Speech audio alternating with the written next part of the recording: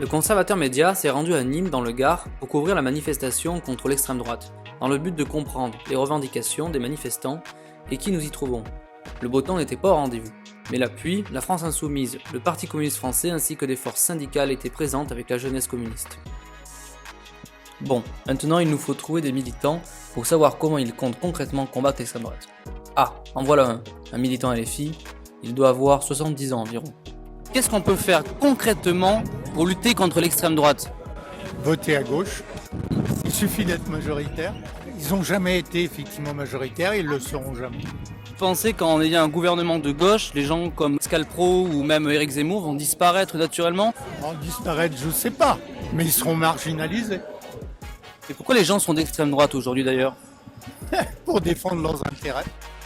Comme on dit, plus on est de droite, plus on est riche. Les électeurs de Marine Le Pen, ils sont pas très riches. Il y a toujours eu effectivement la société française des gens pauvres qui ne connaissaient pas effectivement leur orientation, mais qui avaient peur des gens. Ben, moi je vote pour Jean-Luc Mélenchon. Ça serait le seul qui serait apte. Je ne sais pas. Mais en tout cas, moi je vote pour lui parce que c'est celui qui est le plus clair. D'accord. Raphaël Glucksmann n'est pas clair.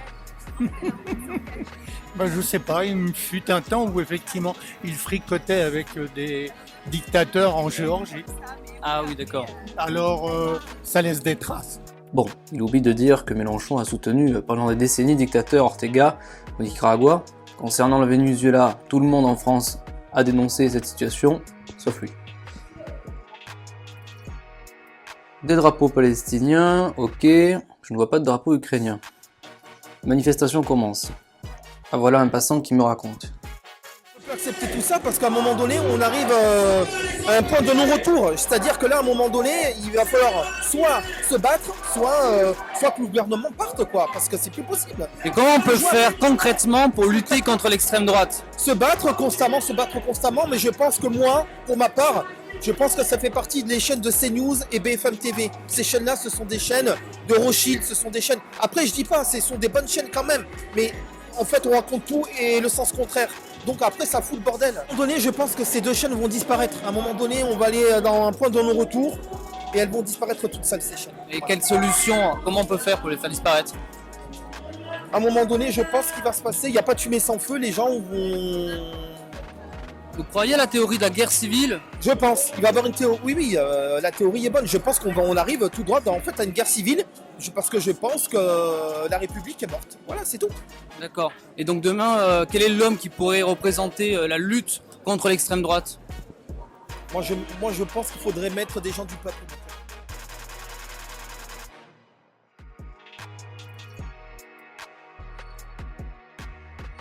Changer le système, guerre civile, Macron démission, j'ai même entendu pas de facho dans nos quartiers.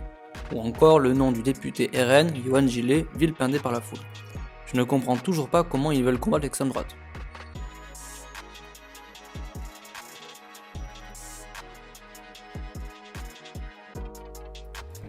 Autre constat, sur les 600 participants, la quasi-totalité sont blanches, avec une moyenne d'âge de 60 ans.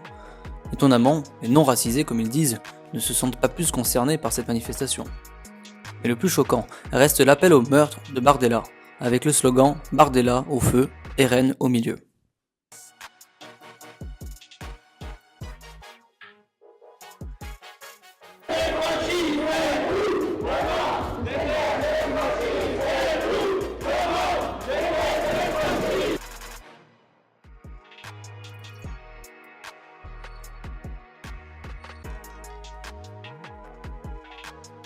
Ah, un autre LFI qui tient une pancarte. Dégageons-les. Il a peut-être un plan plus concret pour les dégager, comme ils disent. Alors je vois vous tenez une pancarte, donc dégageons-les. Ouais. Comment on fait concrètement pour lutter contre l'extrême droite ? La mesure concrète ? Une mesure concrète déjà, c'est la vigilance dans les quartiers tous les jours. Oui. C'est dans la rue qu'on lutte contre l'extrême droite déjà. Après c'est dans les urnes, bien évidemment, et par des mesures et des lois qui déjà abrogé les lois racistes, la loi contre le port du voile. Et aujourd'hui, on est attaqué par Retailleau, par Darmanin, par Macron et compagnie sur les thèses de l'extrême droite. Il faut lutter pied à pied À chaque fois que. Oui, mais ils seront toujours là, même si on autorise le voile, il y aura toujours CNews. Ah bah oui, mais après c'est d'autres combats. C'est aussi en effet CNews on devrait revoir l'autorisation de CNews à pouvoir diffuser et à pouvoir avoir un canal officiel sur la TNT et ailleurs. D'accord. Bien évidemment, c'est une chaîne d'opinion, c'est pas une chaîne d'information. Et concrètement, les électeurs du RN, ils seront toujours là, eux. Ouais, il faut leur montrer que le RN n'est pas l'ami du peuple. Le RN n'est pas l'ami du peuple. Il se veut populaire, mais il n'est pas l'ami du peuple. Il est l'ami des capitalistes, il est l'ami des financiers. Il a toujours voté le RN a toujours voté contre les droits des plus démunis. Il est pas leur ami. En fait, c'est une imposture totale, le RN. Par rapport à pour les Mais ces gens-là, les électeurs, ils sont contre l'immigration. Comment on va leur faire changer d'avis? Ils sont contre l'immigration parce on leur surène à longueur de journée que le problème c'est les étrangers, les immigrés. Ce discours il est juste pour détourner l'attention. Les vrais problèmes ils sont pas là. Les vrais problèmes ils sont dans l'accaparement des capitalistes, l'accaparement des ressources, les lois, les aides indues aux entreprises sans contrepartie. C'est compliqué de faire changer autant d'avis d'électeurs. Eh ben on le fait. C'est très long. On fait ce qu'il y a à faire et puis il y a aussi faire voter les gens qui votent pas encore. Oui. Hein, donc dans les quartiers et puis voilà, on fait le travail. On fait le taf. Quartiers, du coup. Écoutez, Jean-Luc Mélenchon, il a fait 22% au premier tour. Je suis un peu sur ma faim. Même en off, il n'y a pas plus de propositions concrètes pour dégager l'extrême droite, voire du fond sur ce qui est qualifiable d'extrême droite. Le pouvoir d'achat, l'état de nos services publics et bien évidemment le problème du grand capital, qui est un sujet marronnier de l'extrême gauche, revient sans cesse et plus que le sujet principal de la manifestation. Personne ne me parle de faits précis qui pourraient justifier cette manifestation, personne ne m'explique comment ils vont dégager l'extrême droite selon leurs termes, si ce n'est toujours plus de Mélenchon. Les autres partis de gauche sont très discrets, voire absents. J'ai pu rencontrer les militants du parti de Raphaël Glucksmann, Place Publique. Les LFI restent très sectaires et méfiants envers les autres partis de gauche.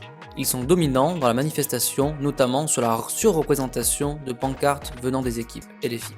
Dans mes échanges avec les militants, nous avons pu entendre, et j'ai encore entendu en off, que Glucksmann et le PS sont à peine tolérés, voire conspués. Un militant me confie même le problème du sionisme chez le PS, car ce serait un parti fondé par le sionisme, disait-il. Bilan, beaucoup de bruit pour rien. Une façon de faire parler de soi en désignant un ennemi commun sans savoir quoi et quoi faire et quoi proposer. De plus, l'absence des concernés dans la manifestation ne crédibilise pas tout cela.